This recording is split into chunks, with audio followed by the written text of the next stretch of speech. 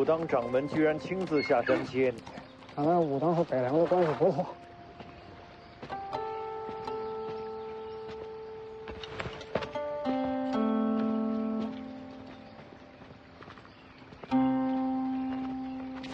王重楼见过世子。黄毛呢？谁把他留下的？掌门师兄。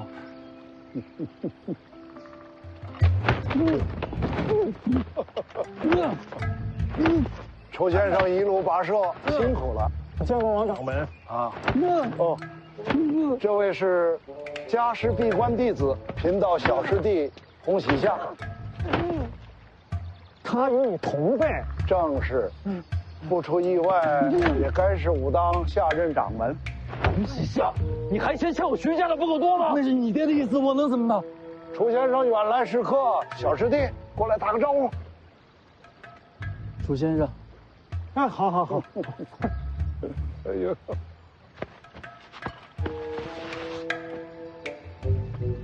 带我去见他。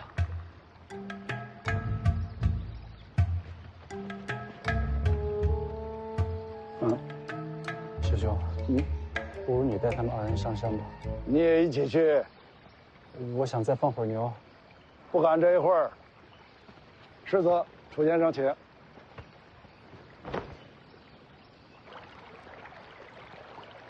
来，世子，请。请。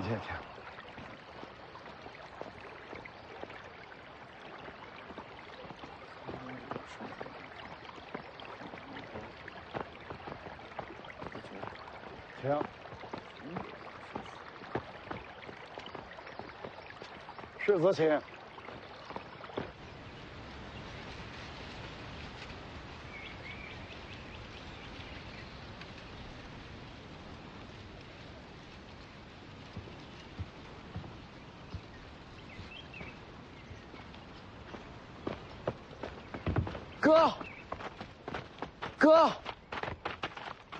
哥，我刚想你，你就来了。你还好吗？好。丽姐还在。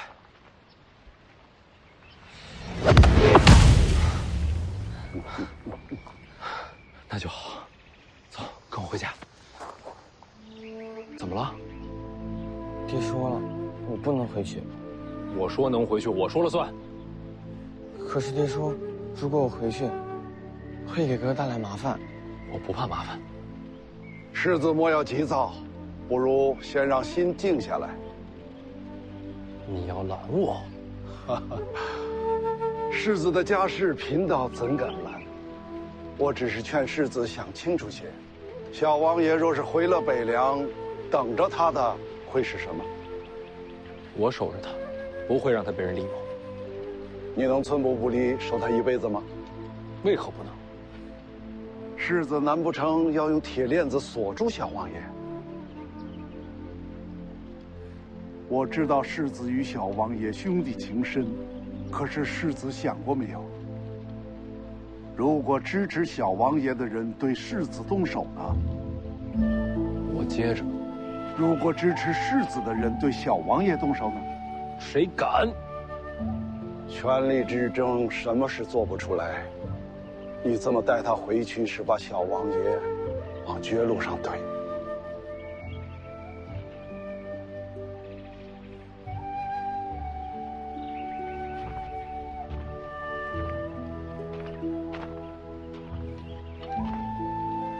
世子还是想清楚再做决定。走，你带他去哪？我带小王爷逛逛武当。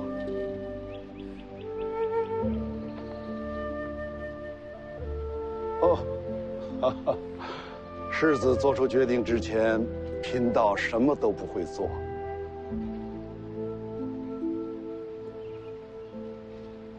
我不走，就住在这儿。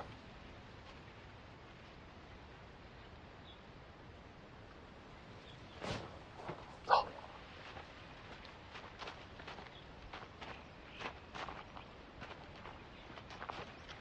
好些年没来武当了，我四处看看。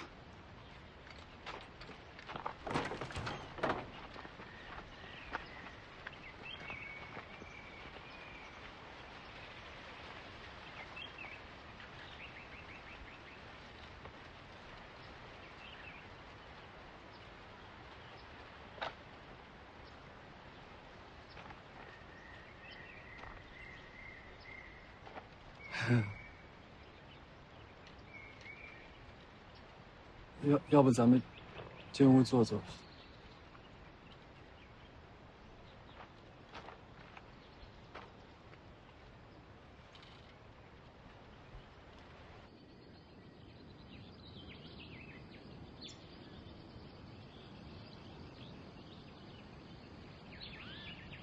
小王爷在想什么？是我惹我哥不高兴吗？不是你。但是为什么爹说我回家会害哥？是因为你哥心不够狠。那不好吗？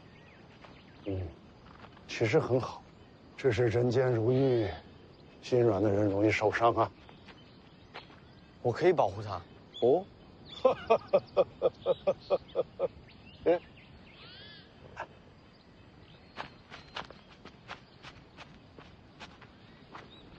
师弟怎么出紫竹林了？哦，这位是王爷次子。天生根骨，赤子之心，很好。哎，倒不如让小王爷就住在你的紫竹林。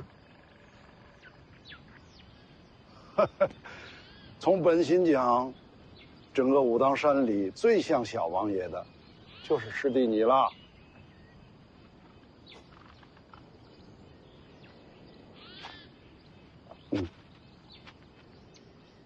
可以。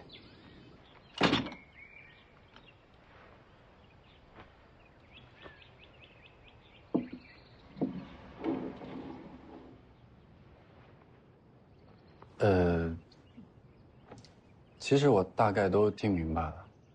秀儿人想借小王爷之名，从世子手中夺取北凉大权。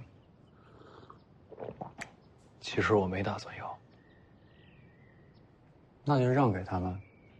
黄麻儿本心通明，不谙世事。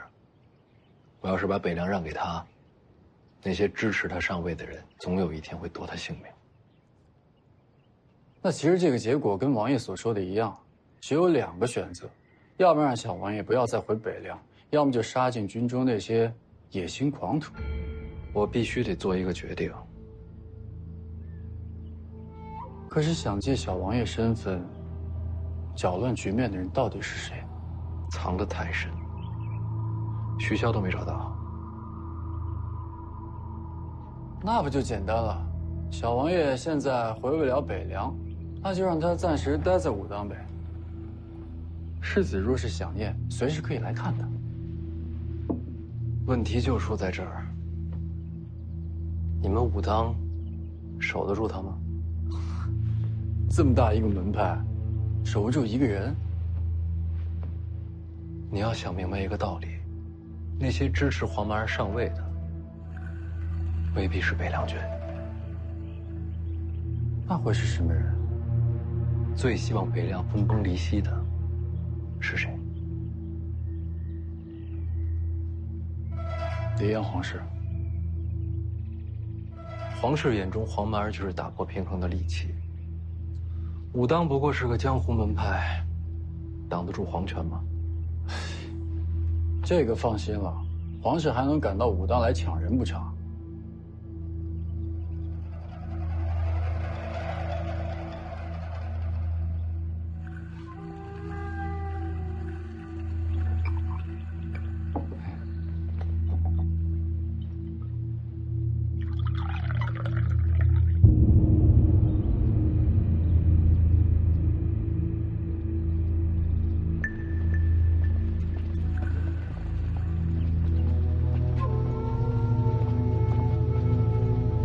孙雕四，确认徐家兄弟行踪了。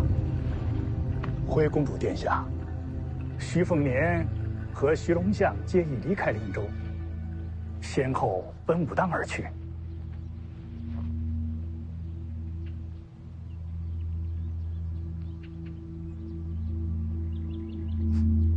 好，我们也去武当。3年前，徐凤年推拒婚约，让我成了这京城里的笑话。一个武夫之子，也敢羞辱皇室。这3年的屈辱，就在武当还给他的。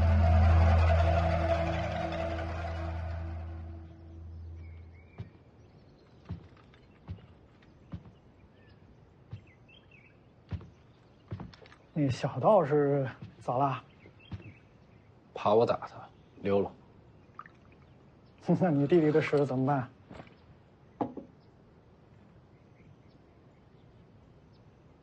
既不能回北凉，也不知道让他住在哪儿才能避开皇室觊觎。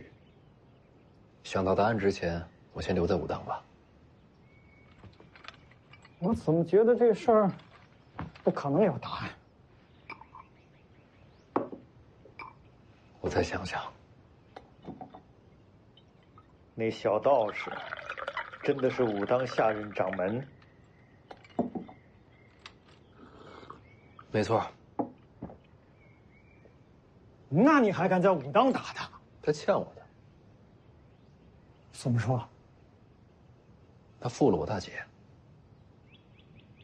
那小道士，我家常来武当，一来二往之间，我大姐喜欢上了那小道士。之后呢？没什么之后。小道士不肯下山，大姐最终嫁去了江南。他答应过下山吗？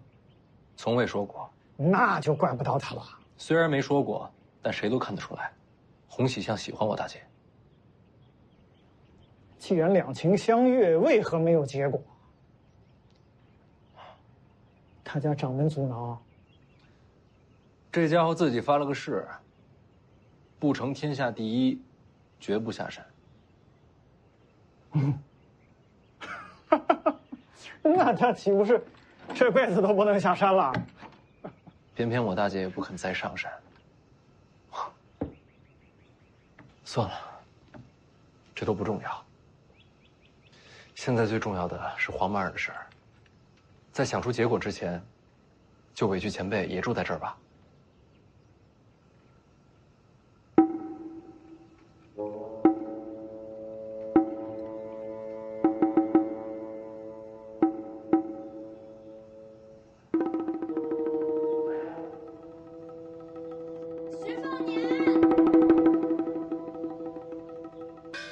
小泥人儿，我耳鸣了。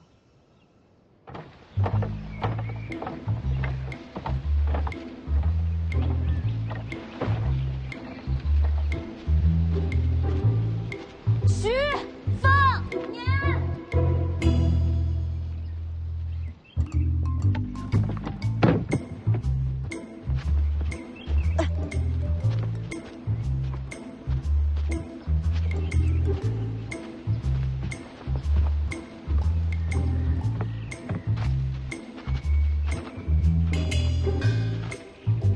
还真是你，你怎么来了？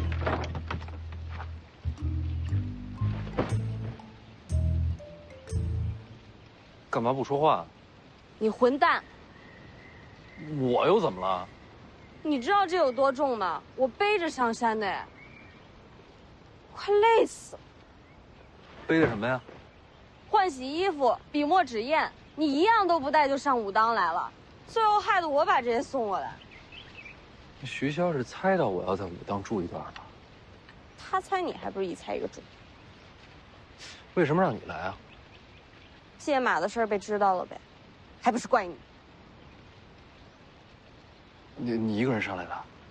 马车到了山脚就回去了。你不回去？哦，徐骁是让你留在武当照顾我，那你可惨了。哎，你属小狗的。哎，这屋子让给你们住，我自己找地方。有麻烦喊我。前辈，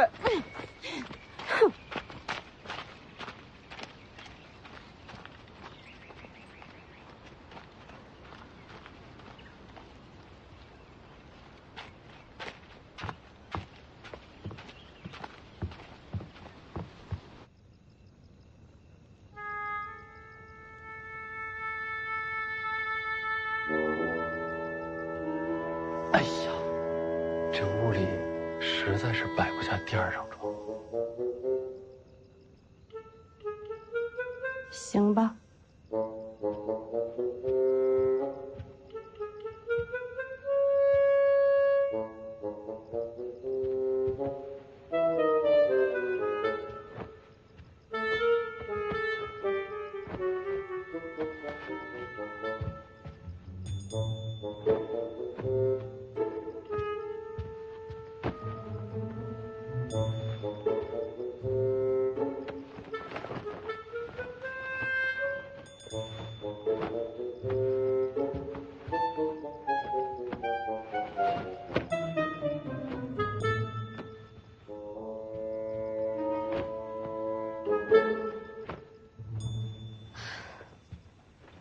睡吧。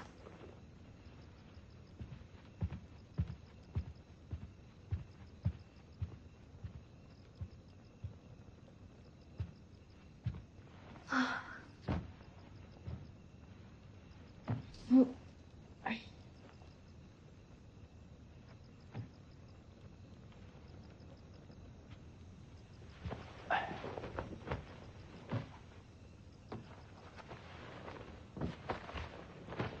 舒服呀！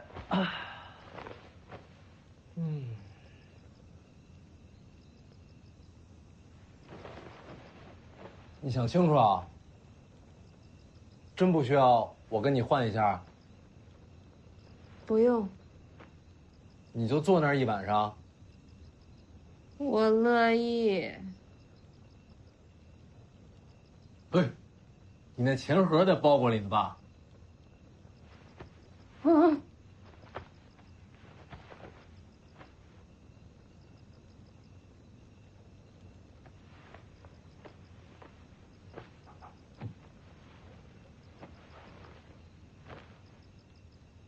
舒服呀！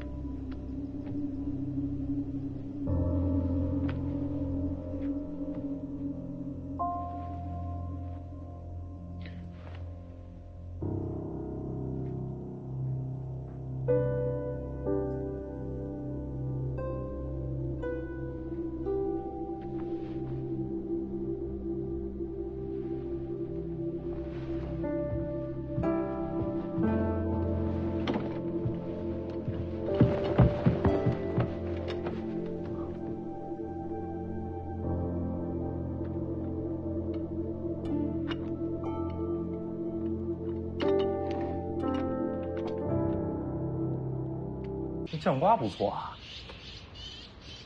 他就在那儿睡了一宿。估计是累坏了。你也不把他扶到床上去。这丫头啊，身世惨。那不是更需要照顾吗？她才不需要被照顾、被可怜。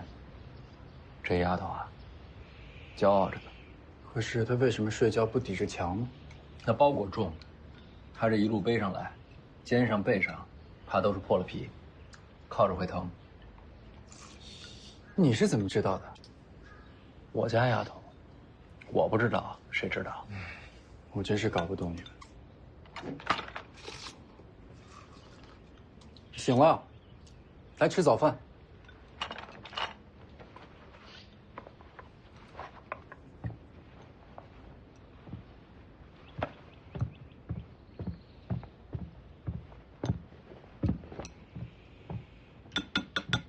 吃饭，别管他。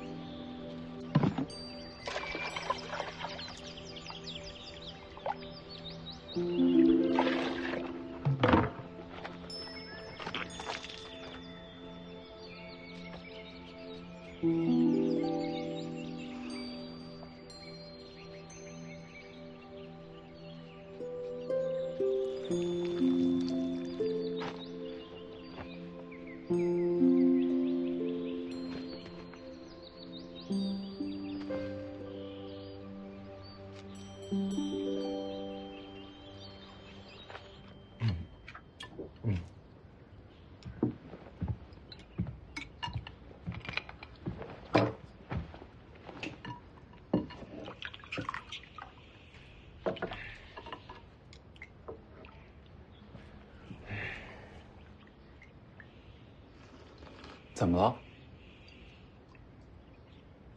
有菜吗？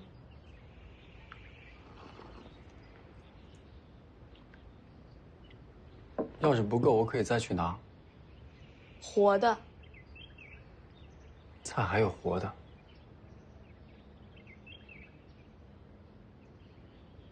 这道士是傻的吗？人家是武当下任掌门。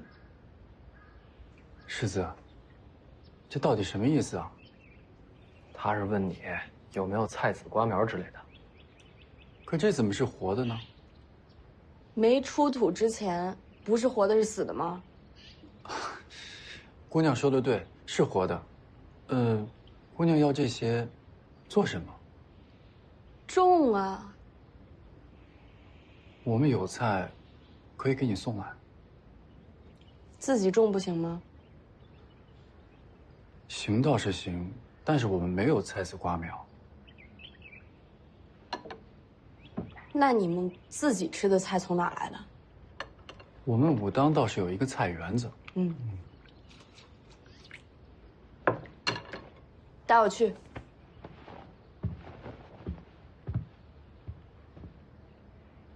走啊！你别看我，我可管不了。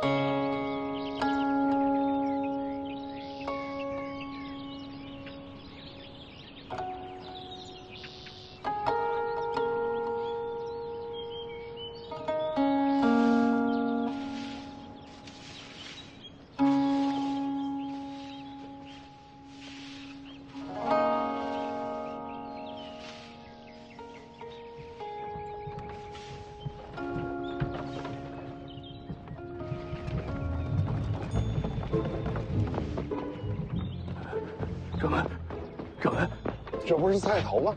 大事不妙了，馆里遭贼了！菜园子里的菜被偷走了许多，得彻查呀。谁会偷菜啊？哦，该不是山中林鼠闹灾？掌门啊，那是那铁锹挖的呀。也许是狐狸成了精了。哎，日后多加小心就是了。啊，去吧。啊，掌门啊，狐狸吃肉的，它不吃菜呀。夫玄道者，得之乎内，守之者外，用之者神，忘之者气。此中要言，你可要自己参透，不要事事都问掌门。用之者神，忘之者气。用之者神，忘之者气。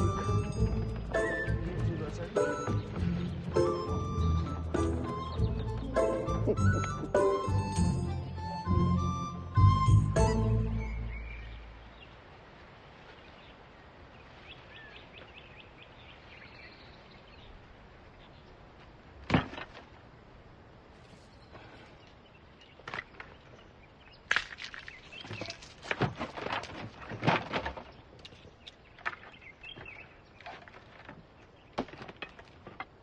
江妮姑娘，你偷菜这件事情，千万不能让掌门师兄知道。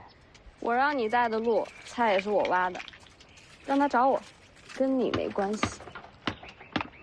还是守密为好。你怕他？他打你？掌门师兄，他不打我。那你怕他做什么？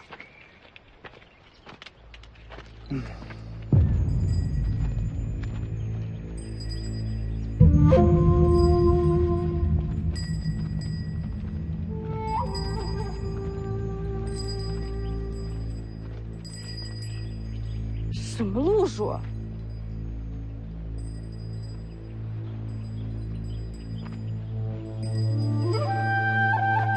龙眼3天正法，龙虎山。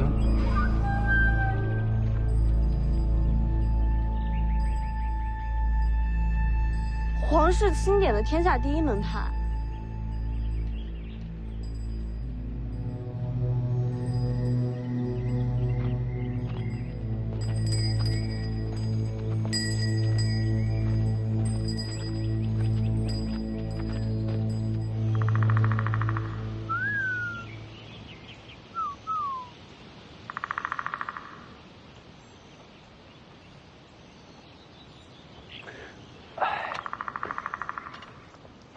其实待在武当也挺好的，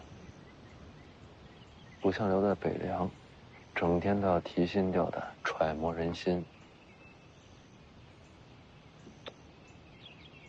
就是吃饭全是素的，他受不了。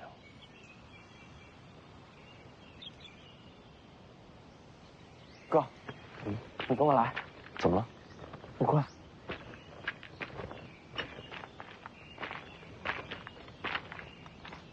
哥，这边。你要带我去哪儿啊？就是这儿。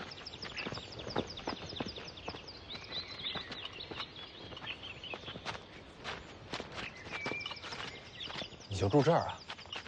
对啊，里面有个小木屋。哥，你等我一下。哎。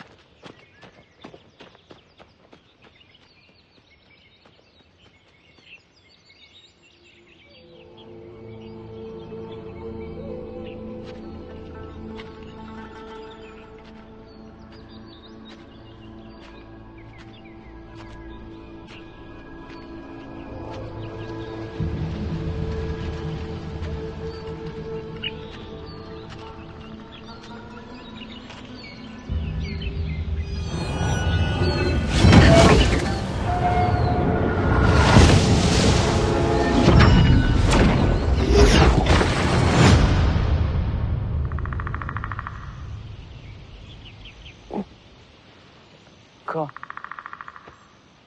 你醒了？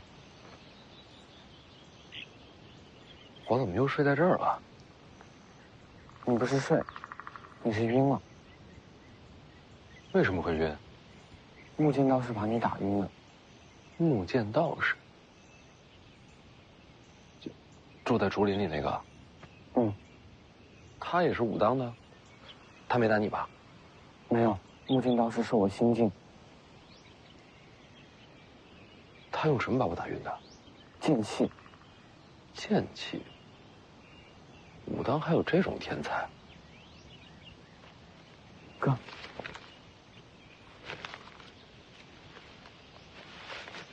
鸡腿儿，山鸡。哪儿来的？我在竹林里打的，用火烤了，专门留给哥吃。没让木剑道士瞧见吧？他看到了。没拦着你？我记得武当戒律挺严的呀，这什么道士啊？木剑道士人挺好的。你喜欢这儿？那要不咱们一直待在这儿？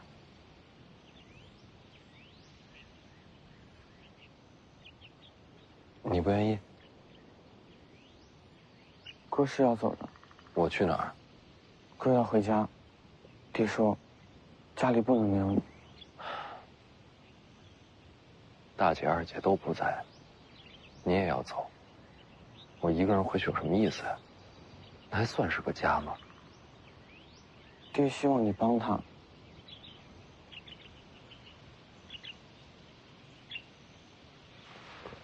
黄曼儿啊，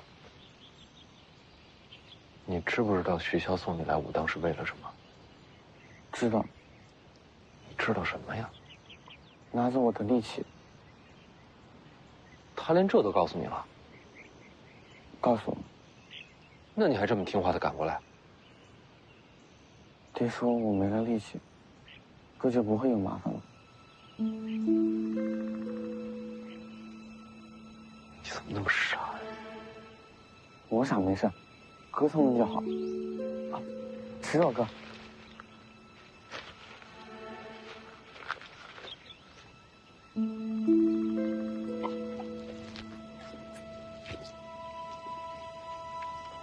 好吃吗？好吃。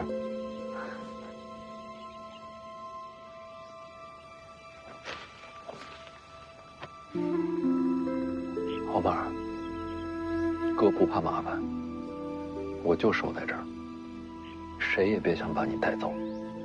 你恐怕守不住。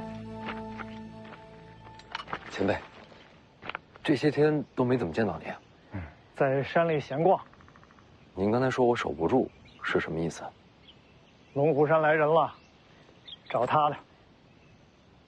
人呢？在你屋子门口，架势挺大。黄毛先回林子里，不是哥叫你，绝对不要出来。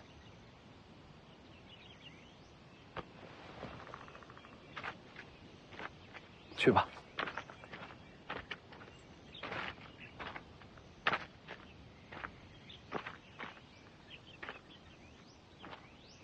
如果我和龙虎山的人起了冲突，前辈会帮谁？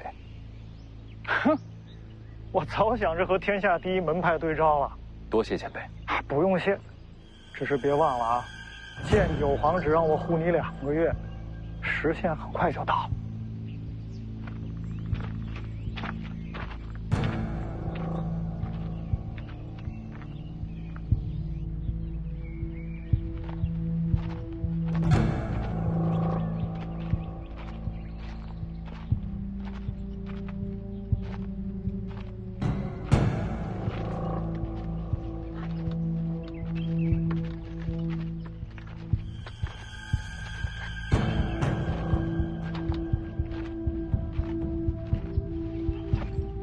这么多人盯着，你还种菜啊？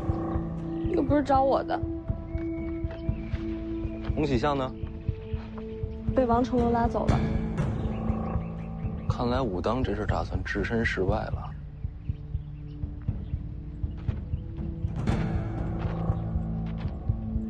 我是徐凤年，哪位找我？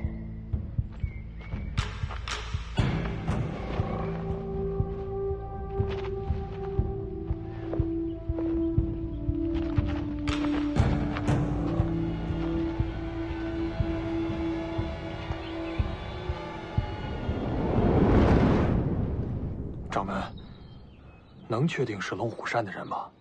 可别被招摇撞骗的人蒙过去了。我亲眼见了，来的是赵熙团。赵熙团，龙虎死天师里的赵熙团，正是。掌门，龙虎山如今如日中天，天师亲临武当，咱们可不能不管不顾啊！是啊，真是这样呀，想想办法呀。小师弟，你说呢？我觉得咱们教派叫武当，也不代表整个武当山都是咱家的。咱不是占山为王，这么大座山，想逛就逛呗。啊，那毕竟是龙虎天师啊！对呀，什么龙虎天不天师啊？反正都是来找徐东相的，跟咱们有什么关系？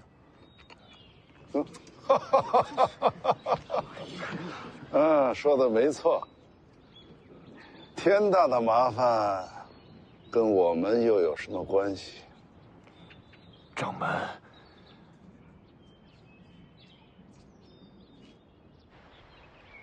徐凤年，正是。徐龙相在哪儿啊？让他出来。贫道要带他回我龙虎山。敢问阁下是？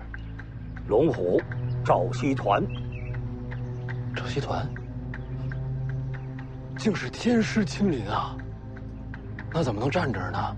这岂不是怠慢了天师？天师，屋里聊。徐龙象在哪儿啊？我这就去找他。天师先进去喝杯热茶。好。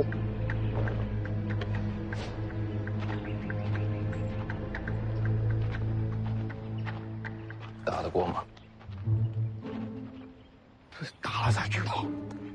一会儿我正面吸引他注意力，你绕到背后偷袭。你可是龙虎山天师，我管他天时地势，敢打我弟弟主意，一个都不放过。那后面这么多道士怎么办？刀往天师脖子上一架，看谁敢动手。你闹这么大动静，龙虎山不会放过你。没事，就说武当掌门让我们干的。天大的麻烦甩给武当接着，谁让这儿是武当山呢？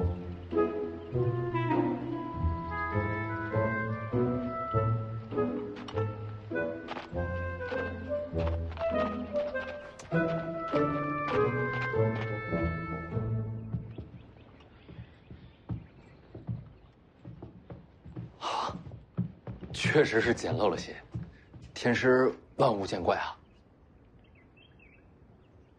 江宁啊，你把这凳子给天师擦擦，让人家坐下。坐着方便。天师请坐。哦，风势大了点。哎，我来关门。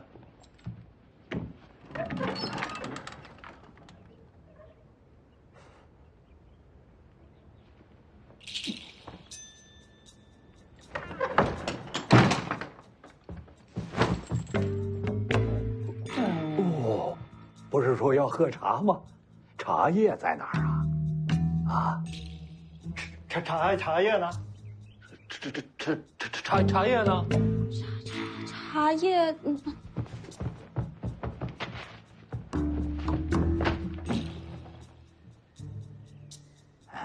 这有了茶叶了，水烧的怎么样啊？烧水了吗？啊，烧了吧？哎呀，这烧水还要等一会儿时间呢。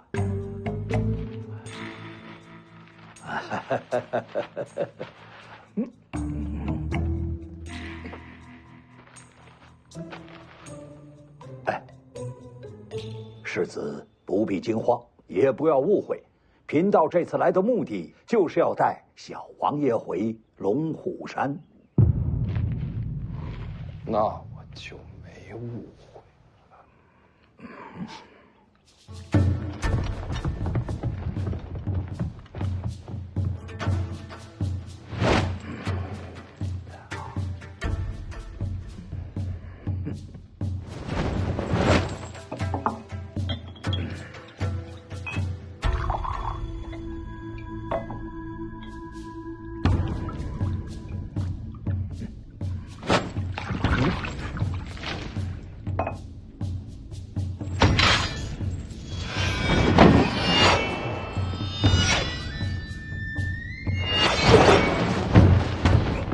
哎，不打架，不打架，贫道认输啊！你说他怎么不呼救啊？叫一声，外面人不就来了？我哪知道啊？是这九皇让我来的。老黄，要是老黄不走该多好。所有人都留下来，都不要离开。对，都不离开。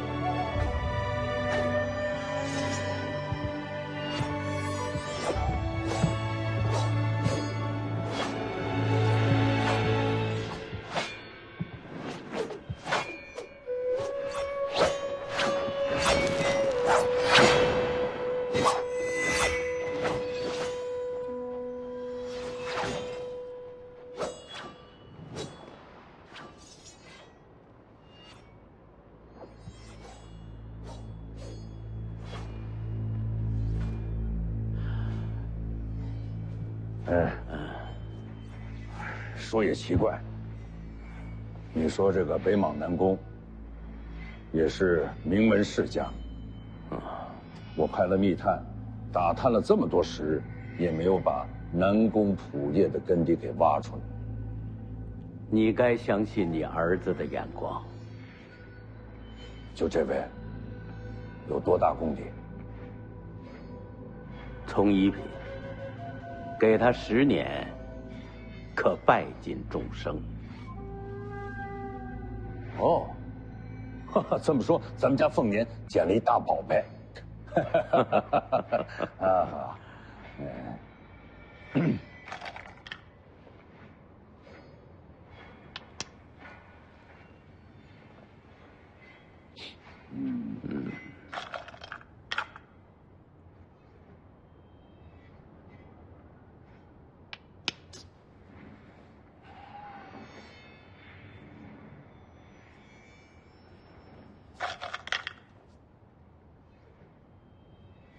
我下了。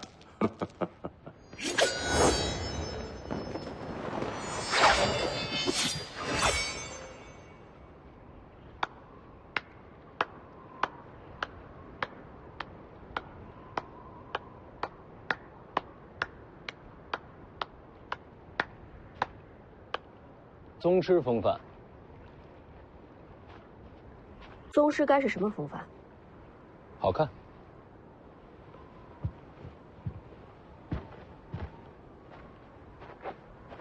今日不该是你的籍贯之礼吗？怎么跑来看刀？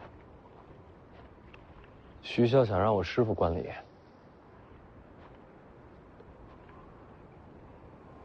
会下了吗？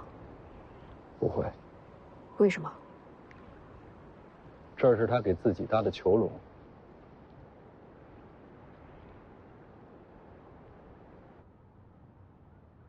天下乱战已经过去了这么多年，你何必再纠缠往事啊？你还记得当年天下人是怎么说我的吗？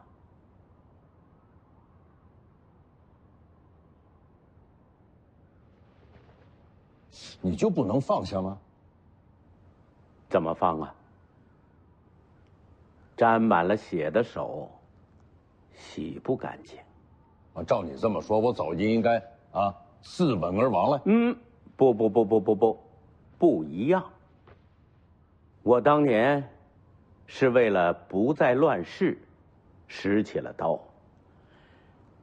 现在呀，黎阳一统，我的事已经做完了，而你的事却没做完。北凉上空，这徐自齐还不能落下，所以你不能停步，还得接着走下去。你比我辛苦啊！你就自己躲清闲吧，把他们最难的路留给我走了。我还帮你教儿子呢。就你，教的确实不错啊。下去吧，凤年，籍贯之礼，别耽误了时辰。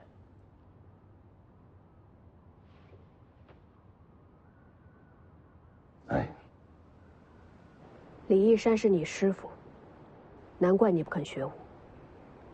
以心治理，好过冲阵杀敌。只是这样的人最多做幕僚，却难以令三军归心。若是我接掌北凉，怕是难以服众。你是想这么说吧？你都知道，为什么还不肯学武？一个文武双全的师傅，你觉得能活多久？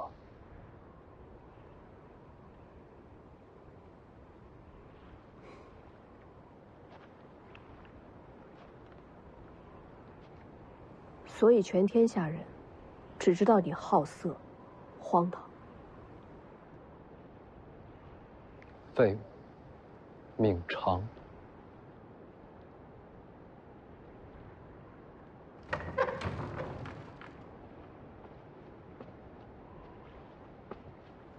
你该走了。今日是我籍贯之礼，要不要一块看看？我怕吵闹。行吧，走了。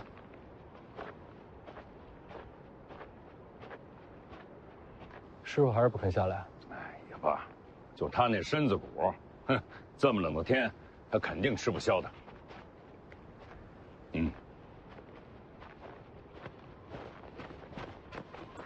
王爷，龙虎山密报。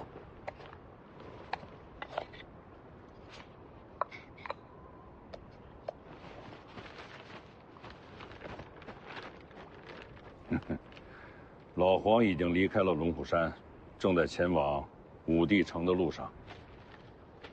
早点打完，早点回来。东海王先知，岂是凡人可敌的呀？今天是你的籍贯之礼，不说这个，走。等等，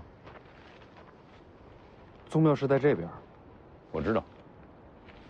籍贯之礼应该去宗庙才对。我给他改了，按照古制要祭天地、祭先祖，都不用祭。不祭天地、不祭先祖，那去哪儿行籍贯之礼？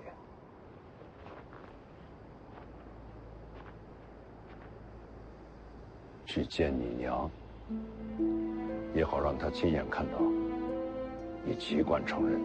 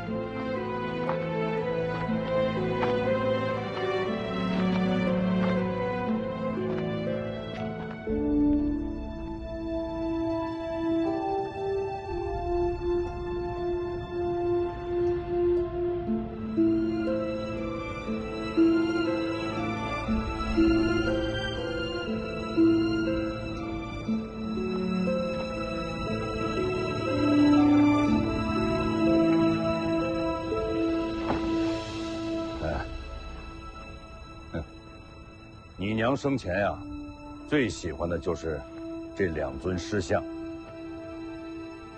那边是你的两个姐姐和黄满儿，只有你在这一侧。你娘对你的宠溺偏爱，从未有过止境。都说我徐骁是一个疯癫残暴、不识礼数的粗鄙之人。我认了。今天你的籍贯之礼不祭天地，只拜你娘。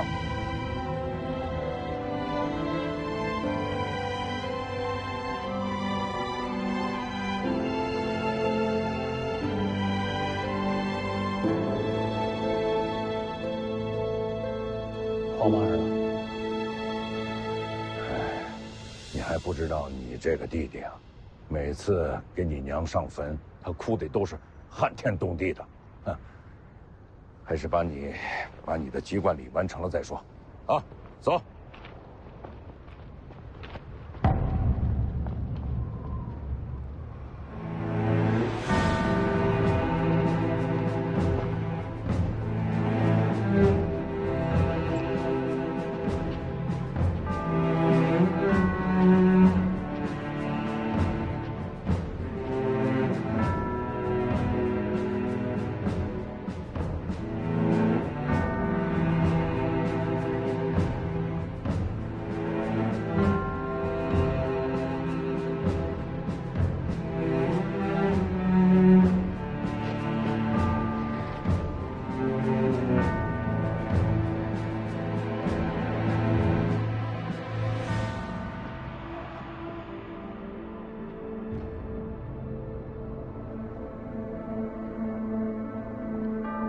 诸子籍贯便已成人，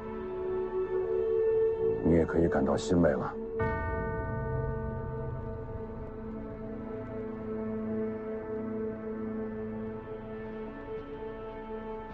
跪下。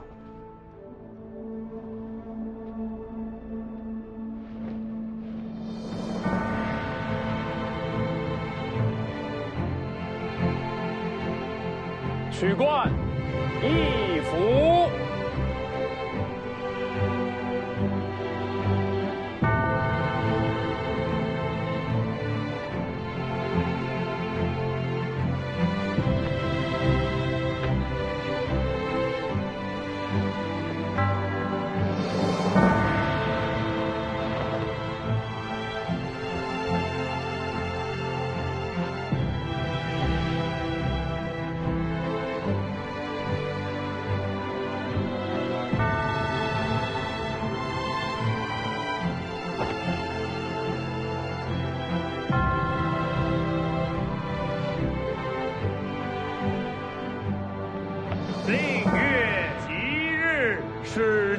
元福，弃而幼志，顺而成德，授考为棋，戒而景福。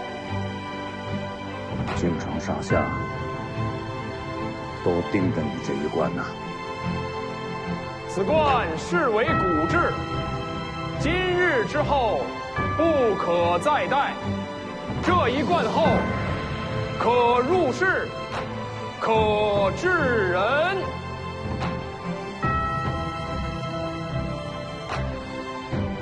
除冠一府。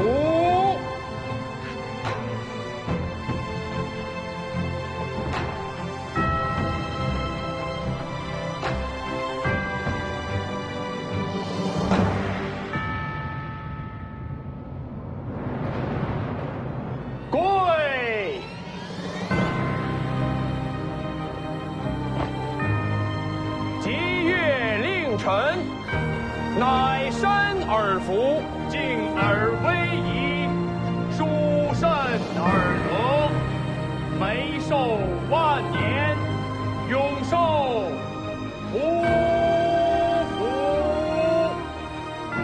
提辩乃是诸侯大夫之冠，又带兵士田猎之权。这一冠后，便可入主军营，执掌兵权。北凉35万铁骑，都等着这一冠呢。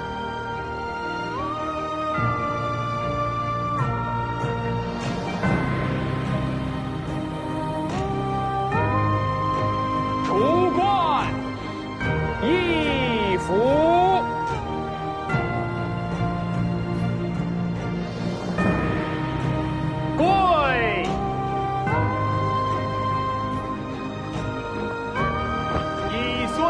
正以月之令，贤家而服，兄弟俱在，已成厥德。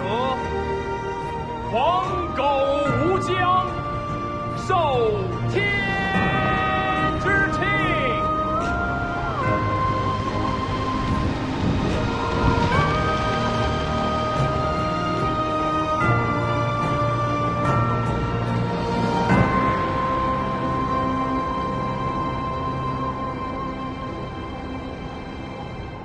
这第3冠本该是决辩，受宗庙祭祀之权。我想了想，把它给换了。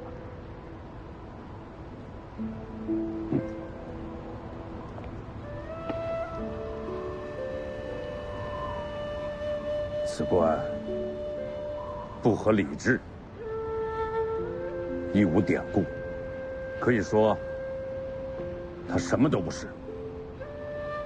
天上地下，没有人会在乎他，除了你娘，因为这是她亲自为你缝制的。你母亲缝制它的时候，就盼着能够看到你戴上此冠。现在，她终于瞧见了。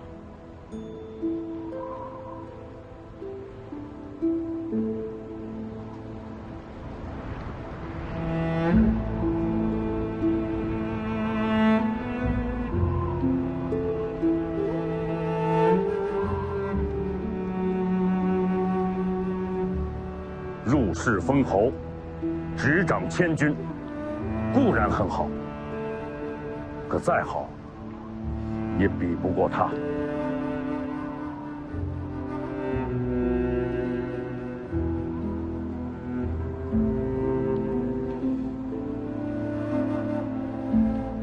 是啊，什么都好不过他。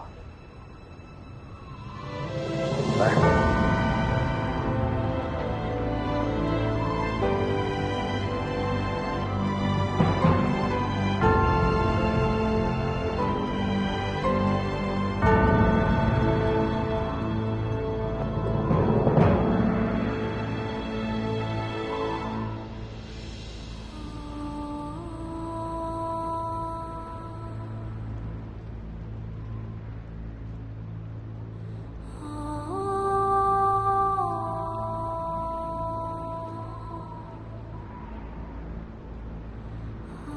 仔细看看，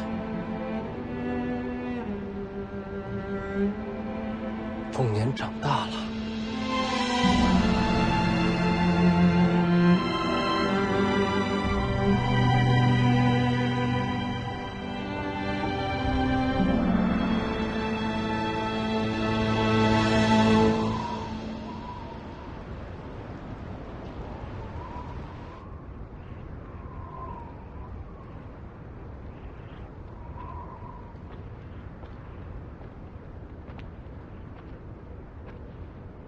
他们人呢？我让他们先回去了。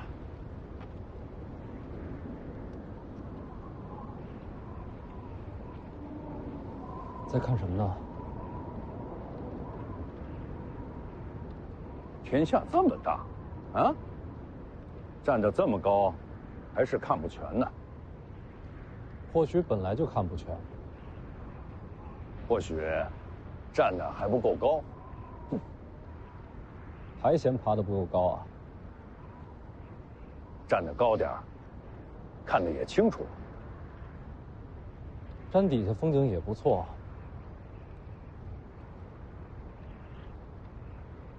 丰年，按古里说，行过籍贯之礼，你就算是长大了。又想劝我接受北凉？不急啊，这事儿你可以慢慢的、仔细的去想。那你想说什么？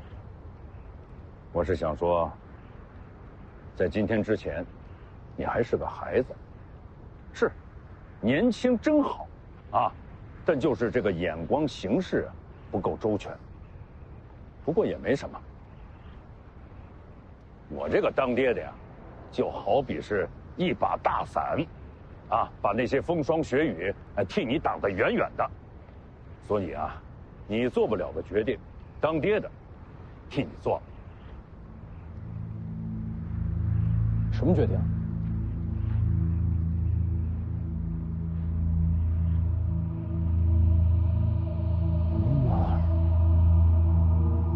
黄毛去哪儿了？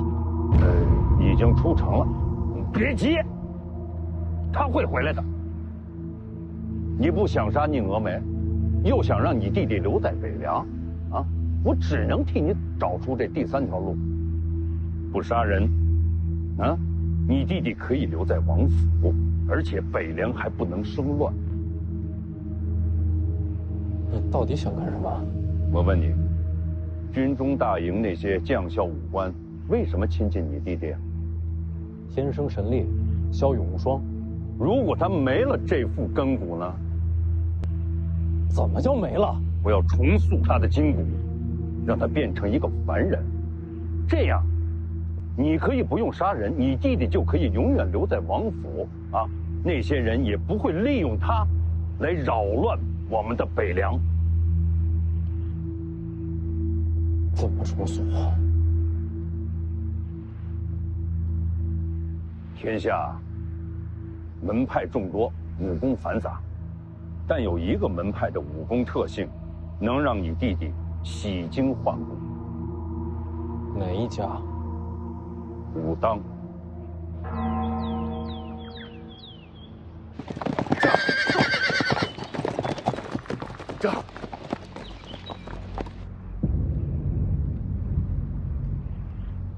徐骁，你答应过我娘要保护好她。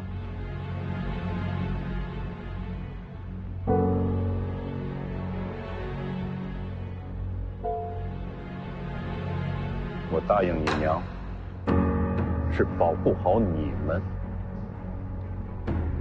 你想两全其美，我只能这么选。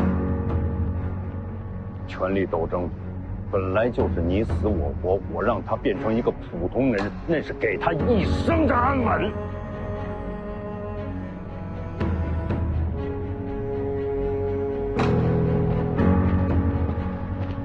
嗨，要想让黄满儿留在北凉，只此一路。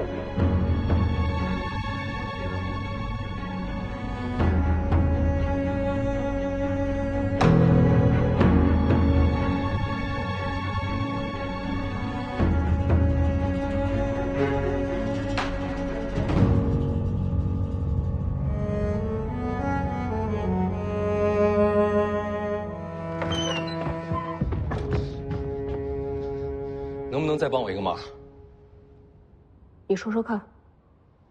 再做我一次护卫，陪我去武当。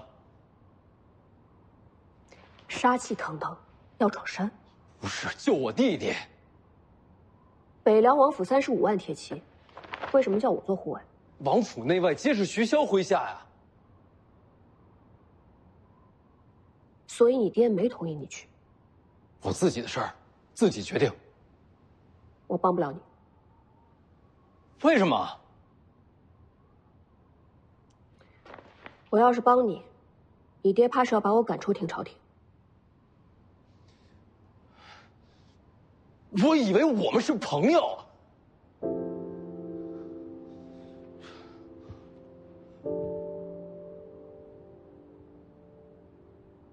你知道我为什么要留在廷朝廷吗？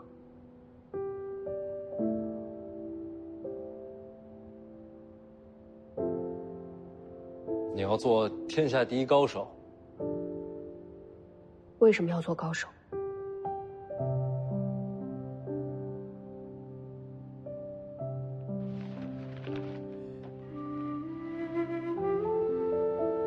因为只有这样，我才能完成自己用血写下的誓言，为逝去的人讨回公道。这是我活着唯一的目标。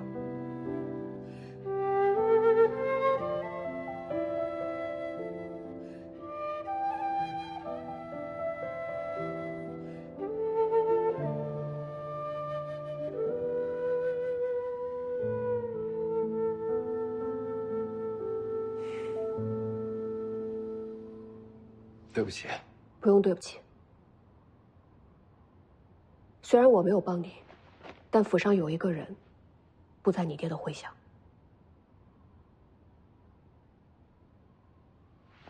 水里出来那个。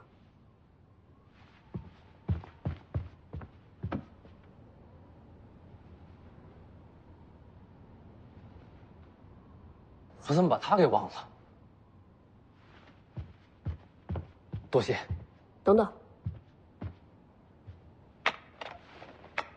秀东借你防身，回来还我。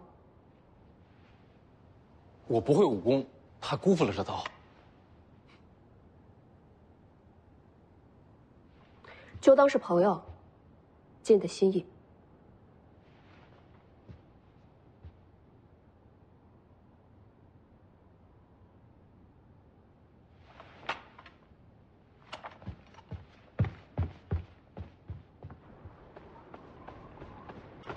哎呀，多吃点啊，多吃点，吃了嘞。什么事？陪我出城。出城干嘛？我去。你答应过老黄给我做护卫的，江湖人说话不算话吗？你要去哪儿啊？武当。这么远？啊，不去不去不去。哎，言而无信，传出去可不好听啊。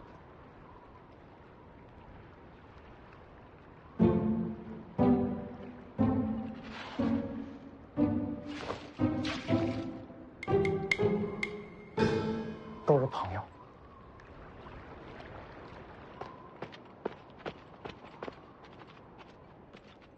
徐骁，你看看，一匹也没有。你爹把马都收走了。先出去，街上有骡马市，大不了现买。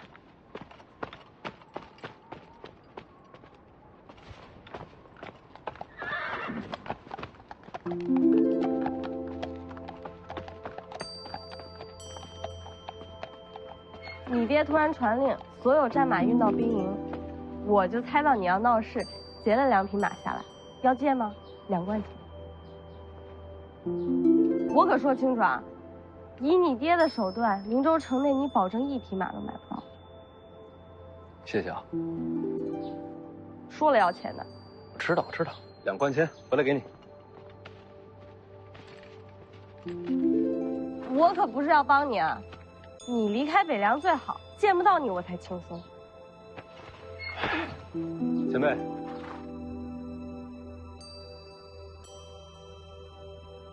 你出城是和你爹对着干？没错，要追上我弟弟，搞不好还要动手抢人。前辈怕了？这才有点意思。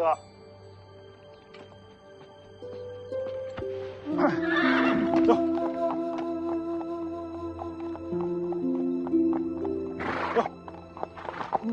走。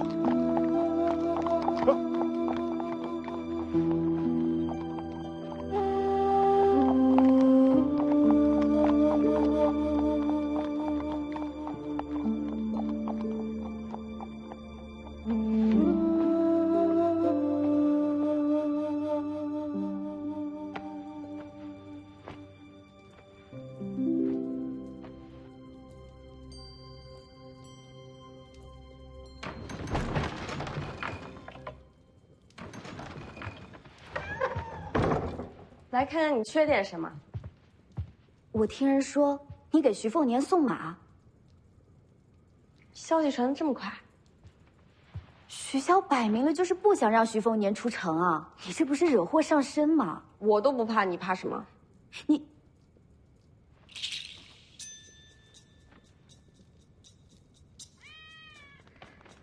怎么？你们2个势不两立。这家伙太贼了，每次都杀不成。你居然还没事？怎么没事儿？动刀不中就得罚钱。你为什么要杀他？他抢我钱，从小就欺负我。这可算不上理由。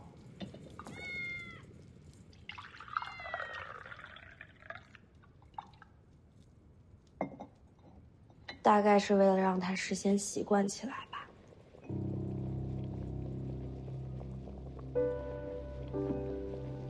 习惯什么？习惯我们俩终究要分生死的结局。这话里有话。面对命运，每个人都是孤身一人。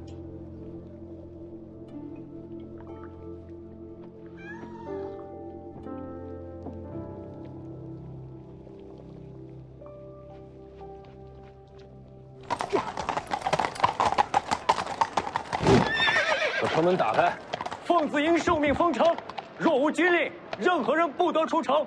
你知道我是谁吗？王爷的命令里说了，尤其是世子，不可出城。要不要杀出去？他们也是奉命行事，不应该付出性命。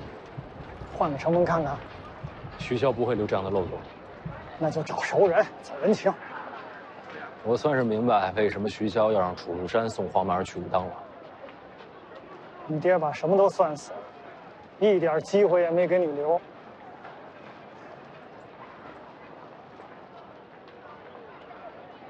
怎么了？放弃了？这营号听着耳熟，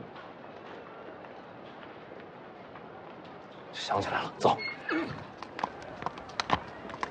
走。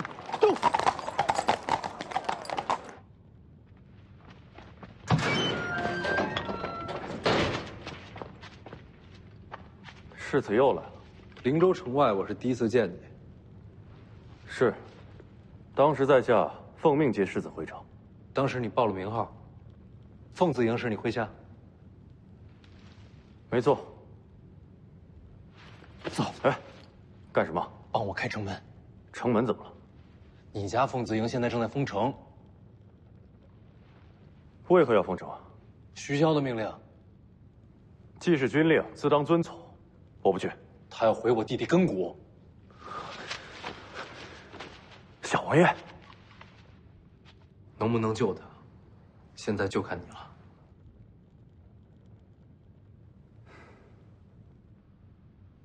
徐凤年是用手令入的地牢。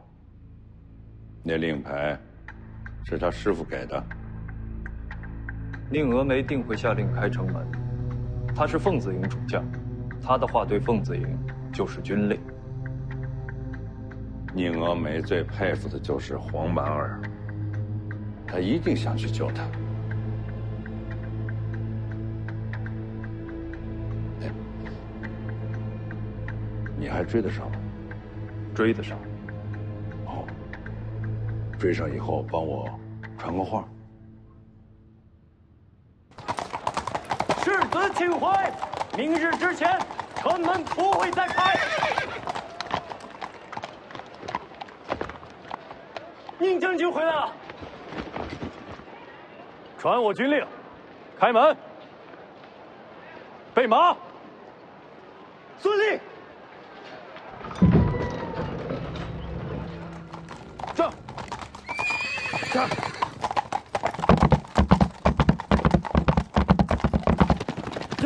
正。停！世子。黄蛮儿呢？留在武当山了。你把他一个人留下了？知不知道徐骁让他去武当干什么？义父没说啊。他要毁了黄蛮儿根骨。你也不用那么着急，能改人根骨，也只有武当新法成就大王庭。武当很多年都没人能做到。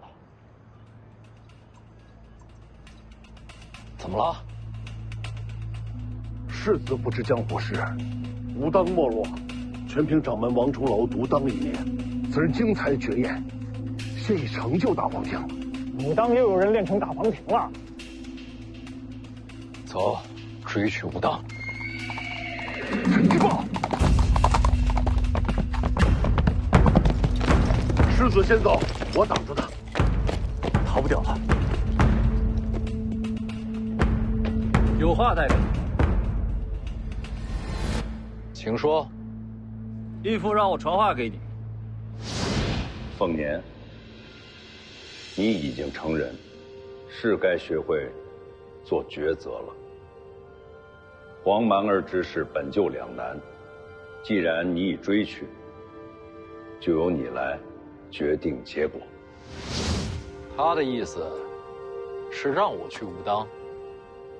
你若想保徐龙将一身神力，就要回到最初抉择，要么让他离开北凉不再回来，要么就学会杀人。杀人？杀谁啊？武当你可以去，北凉军必须回灵州。宁峨眉、楚禄山，跟我回去。管到我头上了。他说的对。世子，北凉军已是皇室心头大患，长时间不在驻地，天知道会引来怎样的猜忌。你们得回去。是。还请世子念在手足之情，护住小王爷周全。一言为定。行。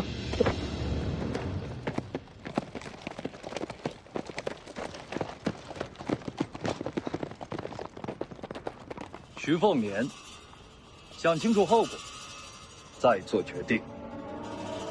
走，去武当。